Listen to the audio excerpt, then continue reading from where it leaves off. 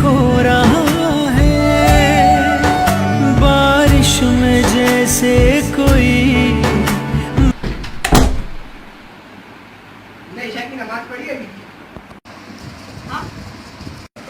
मैं बोल रहा हूँ तुमने ईशा की नमाज पढ़ी अभी तक? टाइम क्या हो रहा है? हाँ भाई पढ़ लूंगा मैं, जाओ। तुम्हारा रोज का यही है, अभी तुम गाने सुनते सुनते सो जाओगे, नमाज ऐसी निकल जाएगी। अरे भाई बोल देना ही पढ़ लूंगा, इतनी अच्छी मूवी आ रही है, अभी वो देख के पढ़ लूंगा, मैंने आपको बोल देना।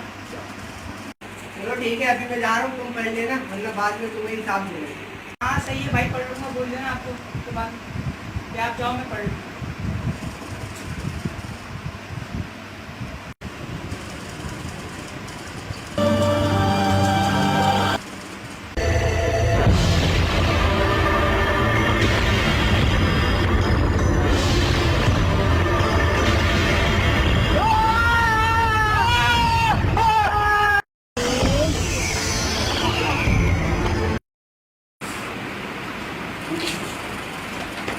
यार आपका यार वापसी में भाई सही बोल रहे हैं यार, नमाज पढ़ लेते हैं फिर वापसी में ऐसा